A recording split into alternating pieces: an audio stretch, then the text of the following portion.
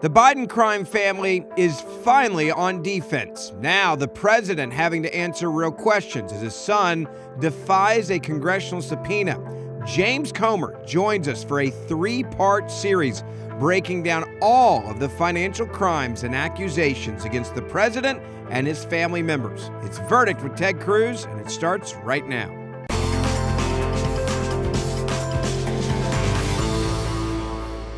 Senator, this is going to be a really fun multi-part series, and for everyone that's watching or listening, if you're listening to this episode, we ask you to please share it everywhere. We're going to say that on the very beginning front of this on social media. This is going to be a multi-part series with a dear friend of yours, Congressman James Comer, who's doing unbelievable work in the House going after the Biden crime family, and I want you to introduce your good friend. Well, James, welcome back to Verdict. This is your second time that you've been with us. We had you earlier this year for a two-part series in which we broke down and you went through the details of the very systematic investigation you're leading in the House. We're now at the end of the year, and so we're coming back for yet another multi-part series to really get into the substance. And a lot has been happening lately. We just had Hunter Biden defy a congressional subpoena. We just had the full House of Representatives vote to authorize formally the impeachment inquiry. And this week, there's some breaking news. You're sending your investigative team on the road. Why don't we start by tell us about that? Yeah, so obviously a lot of these people that we've asked for interviews and depositions, they're trying to use the holiday as an excuse why they can't come in and do it. So we decided we would make it more convenient on them and send our staff to depose them or interview them in their home area. So the first one we're doing is with the owner of Americore Health. And Americore Health was the healthcare company where James Biden, the president's brother, approached them because he heard they were financially distressed and said that because he's a Biden, and because of his brother's contacts in the Middle East, that he could help them acquire all the capital they needed to get back on their feet from the Middle East. But they were going to have to pay Jim Biden first. And they gave him $600,000. And by all accounts, Jim Biden completely defrauded Americore Health. He never provided any funding or anything else. But what's ironic about this for Joe Biden, not only was that a pure example of influence peddling, Joe Biden received the last payment from Americore Health. They sent a check to Jim Biden for $200,000 the exact same day that Jim Biden received that $200,000 check from Americore Health. They wrote Joe Biden a check for the exact same amount, $200,000. So that was the first example of evidence that we found where Joe Biden directly benefited from the Biden family influence peddling scheme. So we're going to have our deposers down there talking to them about how this started and what role Joe Biden may have played and if they ever met Joe Biden and all of that. So that should be very interesting. It's interesting you didn't mention the name Hunter Biden in that story of influence peddling. That is the part that I think many Americans have maybe not understood, which is this is the entire family that's been involved in getting paid. Can you go into that a little bit more about James Biden, not just Hunter? Yeah, I think James Biden probably committed just as many crimes as Hunter Biden. The only reason we don't know about James Biden is he didn't leave a laptop lying around. We've been able to subpoena his bank records. And I can tell you, there's a lot of questions we have for James Biden. That's why he received a subpoena. We're working with his attorney, and we hope to have him in January. But at the end of the day, this example with Americore Health sure looks like securities fraud. I mean, I don't know how else you would describe it, but obviously they deserve due process, and they're going to have due process. But we know from court records, this Americore Health is in federal bankruptcy court. They obviously have accused Jim Biden of a lot of things. So this is all public record. And, it shows that it wasn't just Hunter Biden. This was the whole Biden family. This was being led by Jim Biden and Hunter Biden. So Americore Health paid Jim Biden $600,000. As best you can tell, did Jim Biden perform any service for them? Do anything of value for them? According to the court records, Americore Health says no. Other than he went there and made all these promises that Joe Biden's contacts, they would work together and help them get all the money from the Middle East. But they never got any.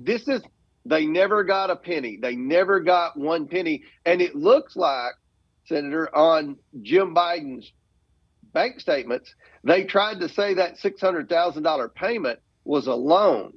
And I think that's a very important aspect of our investigation, because from the notes that the whistleblowers have turned over, we know that, sometime in 2018, the Bidens figured out that the IRS was breathing down their necks.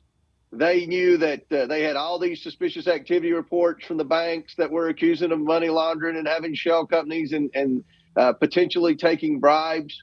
And they changed the way they were operating. They went from receiving wires directly through the shells to receiving payments and calling them loans. And the reason you would do that... I want to stop and unpack a lot of that. So we hear from the Democrats, we hear from the corrupt corporate media, there's no evidence, especially no evidence of Joe Biden's involvement. So I want to break down, because you had a lot of substance there. On the shell companies, how many Biden shell companies did y'all uncover? 20. And let me make sure everyone understands this. A shell company is a company with no assets and no known purpose. So the bank email that we released 2 weeks ago showed the bank examiner saying, they got this wire from China, and he says it's an investment company, but it's an investment company with no investments. And then the account that it went through was essentially a dormant account. So there's evidence that the bank examiners, and if you look at also the suspicious activity reports, the banks knew these were shell companies, and the banks did everything they were supposed to do by notifying Treasury that, wait a minute, this politically exposed family, they're getting wires from our enemies around the world. We don't know what these wires are for, and they're going through companies that have no known purpose or no assets. So shell companies, they're not real businesses. This is not a dry cleaner. This is not a gas station. There are no employees. There are no paychecks. They're not a business in any sense. This is a legal entity, and it's a legal entity created to send money to, and it's what is often used for money laundering. It's what's often used to hide the source of the money. And you mentioned the suspicious activity reports. So let me ask for our listeners, what is a suspicious activity report, and how many of them were filed on the Bidens? A suspicious activity report is when the bank notifies the Treasury cabinet that they believe their client may have committed a crime. Now, I want everyone to understand this. Banks don't just do this nonchalantly like the Washington Post tried to say. No bank wants to file a suspicious activity report, Senator, because when you do, that invites the bank examiners to come in and investigate you. And the last thing a bank wants to do is see bank examiners walk through the front door. The Bidens had 170 suspicious activity reports filed against them, which is unprecedented. I was a director of a bank for over a decade. Never has anyone received more than one or two that was affiliated with my bank. And the fact that this family got 170 from 6 different banks on dozens of different accounts showed that there's something bad going on here, because the banks are notifying the Treasury. I'm sorry, Treasury, we believe the vice president's family are involved in some type of fraud. So it's a very serious thing. Let me make sure I understand this. Suspicious activity reports are relatively rare. There's something that the bank files with the Treasury Department when they believe there may be evidence of criminal conduct. And if you or I or Ben went and created a shell company, a company that did nothing, that had no employees, that was not a going business, and that shell company began getting multi-million-dollar wires from China, from Russia, from Ukraine, that would be the sort of conduct that would trigger a suspicious activity report if any of us did that. Is that right? That's exactly right. And we released an email last week that kind of showed the thought process by a bank examiner. He was communicating with his superior, and in the end, they filed a suspicious activity report. And this email kind of outlines it.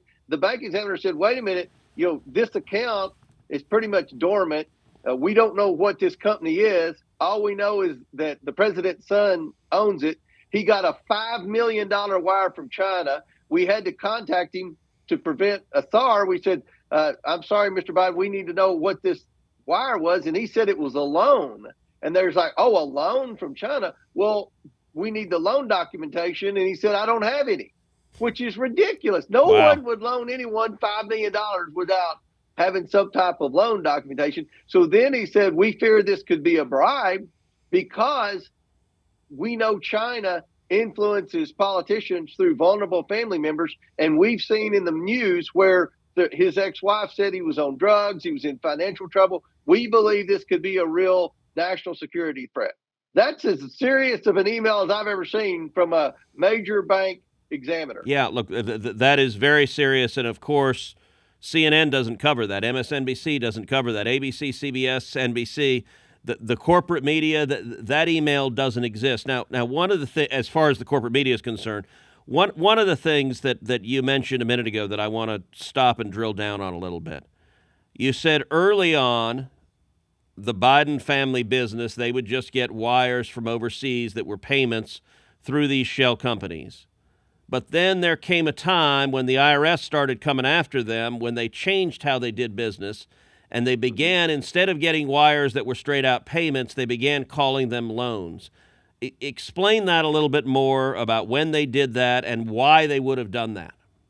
That change started happening somewhere mid-2018. And from 2014 to 2018, they were pretty consistent. They would, after Joe Biden would meet with these people, or Hunter would fly on Air Force Two, or Joe would talk to them on the phone or have lunch with them, then money would flow through the shell companies, and then they would disperse the money through the shell companies to 10 different Biden family members. Once 2018 rolled in, and they realized the IRS was rolling in on them, and they knew this because the IRS was talking to them, and the IRS whistleblower notes confirmed this. They changed the way they were doing business. Then they started taking money in, some of it directly through their personal accounts, some of it still through shell companies, but they were calling them loans. And the reason you do this is twofold. Number one, you don't report a loan on your taxes. So theoretically, if you got a $5 million wire from China and you said it was a loan, you didn't have to put that on your taxes, and the IRS would never know about it. And secondly, and this is the most obvious, you don't have to pay taxes on it then if it's a loan. And that's why I always said we're going to follow the bank records. We're going to go with the bank statements in lieu of the tax returns, because there's nowhere on your tax return does it show you have a loan. There's a place on your tax return to show where you pay loan interest, mortgage interest, or if you loan someone money, you receive interest. But there's nowhere on your tax returns would it say a loan. So if you just got the Biden's tax returns, you would never know about $14 million that we found because they didn't report it to the IRS. They called it loans. So $14 million was the amount of loans you found so far? Yes, for Jim and Hunter Biden. And look, just to underscore what you said, because it's important, by calling it a loan, number one, you don't have to report it to the IRS. Number two, you don't have to pay taxes to the IRS. But of course, it's got to be a real loan. It can't be just fraud. And all right, I've gotten loans over the course of my life. I've got a mortgage on my house. Now, the mortgage on my house, the collateral is my house. I've gotten car notes. I borrow money to buy a car. The collateral on the car note is the car. If I don't pay the payments, they take the car back. Is there any indication that Hunter or Jim Biden had any collateral? $14 million of loans. Did they own $14 million of collateral that would serve as the basis for those loans? Well, and I understand loans, thank God. There's no loan documentation. We've asked for loan documentation. They won't produce loan documentation. It doesn't appear they had anywhere near $14 million in assets. So if you get $14 million in loans, you really need to have about $18 or $19 million in assets, because that's the way that the banking rules are. You've got to, have more than enough or you would be underwater. So, but here's the most concerning thing. Going through their bank records, they've received all this money that they call loans. There are hardly any loan repayments, any principal payments, and no interest payments. All right, so this goes back to very 2018. few principal payments. 2018, they start getting loans. They get $14 million of loans. You're saying from 2018 to 2023, that's 5 years.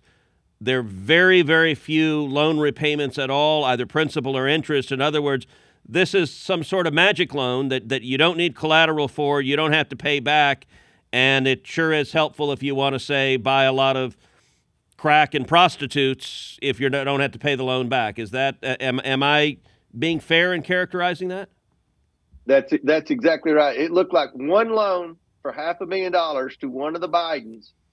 They may have paid $110,000 back with no interest. The rest of the $14 million, we can't find where they've made a single payment and not a penny of interest. But by the way, do they dispute this? Does Hunter claim, no, I paid that back? Does Jim Biden claim, no, I paid that back? Or do they dispute what you're saying? Well, we're going to bring them in. That's one reason we want to depose them. But, you can look at the bank records and there's no payments back. Best case scenario, how much of the millions in loans do you think they paid back if you're being generous? $110,000. Wow. It's, good to be a Biden. And look, at what point does a loan become income? I don't know. That's a question for the IRS. Look, if the intent is to defraud the IRS, if it is a fraudulent vehicle, the IRS can bring it for tax fraud. You can't characterize something as a loan that is not in fact a loan that doesn't intend to be paid back. And I mean, that on the face of it, I got to tell you, I'd be ready to prosecute right now. Of course, I don't work at the Biden Justice Department, and so my marching orders aren't protect the big guy. And the statute of limitations is not far from running on these, too. They've already let the statute of limitations run on what Hunter did with China back in 17, and the clock is ticking now. Now we started with your telling us your investigators are going to talk with Americore Health Company about the $600,000 that was paid to Jim Biden, and you said $200,000 went straight to Joe Biden. Now, did that come from Americore, or did that come from Americore to Jim and then Jim to Joe? What was the path of the money? Americore to Jim and Jim to Joe. So the big guy is getting his cut. The same day. So in Jim Biden's bank account, the day he deposited that $200,000 check, I think he had like $4,000 balance. So he went from $4,000 to $204,000. Then he writes a check for $200,000 to Joe Biden. So he goes back down to $4,000. That wasn't real hard to trace. I would challenge anyone to debate me on tracing that check. That was the series of checks. We talk about the loan payments, but can we talk about the total sum of money that was coming into the Biden-affiliated businesses? There were much bigger business deals that were done, and how hard is it to trace that money? But they're not businesses. Call them shell corporations. Yeah, shell corporations. Because businesses do something. Yeah. These are just bank accounts to park money. Right. And a lot of these shells had multiple bank accounts. That's what's taken so long to get the bank records in. We find more bank accounts. I mean, we're always finding more bank accounts and more accounts. But, we've identified $24 million that we don't think they can explain what they did. There's more. We know where it is. But, for time's sake, I mean, this is just the House Oversight Committee. I mean, no one in the government has investigated this. Anytime someone got close, like the Irish whistleblowers, they were told to stand down, usually by Leslie Wolf.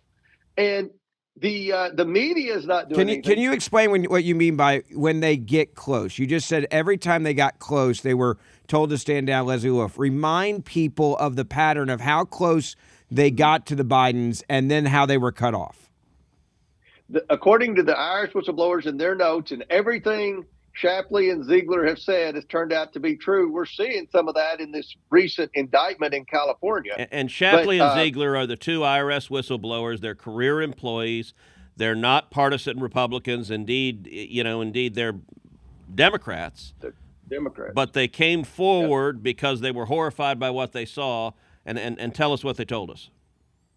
Well, they knew that there was money laundering. They knew there was tax evasion. They knew there was tax fraud. And they had accumulated all this evidence. Now they wanted to go in and raid a storage unit. They were told that there were documentation, there were documents in a storage unit. And they said they also wanted to talk to Joe Biden. Well, that was the worst thing they ever said, because when they mentioned Joe Biden, that's when they were told to stand down, and they were taken off the case. So the IRS rolled in on them. We know from talking to people, and Jim Jordan talking to people at the Department of Justice, that there were different jurisdictions looking into different things the Bidens had, because when you get a suspicious activity report, the law is the Treasury notifies the appropriate investigators, whether it be the IRS or whether it be the Department of Justice. So they had to be getting notification of all this stuff going on.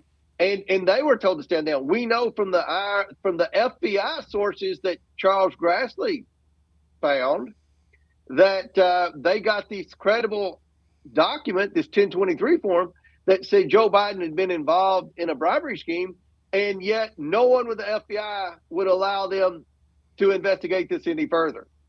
So let's turn to the president now, and I want to go through some of the lies. You go back, and I think we should play that montage of Joe Biden when he was running for president, saying, I made no money, I was never connected to my son, our family businesses, there was no connections to China. This is a lie. Everybody's looked at it. It's a lie. Take a listen to this. How many times have you ever spoken to your son about his overseas business dealings? I've never spoken to my son about his overseas business dealings. I have never discussed with my son or my brother or anyone else anything having to do with their businesses, period. And what I will do is the same thing we did in our administration. There will be an absolute wall between personal and private and the government. Do you stand by your statement that you did not discuss any of your son's overseas business dealings with him? Yes, I stand by that. Congressman, you know that's a lie. I know that's a lie. The senator knows that's a lie.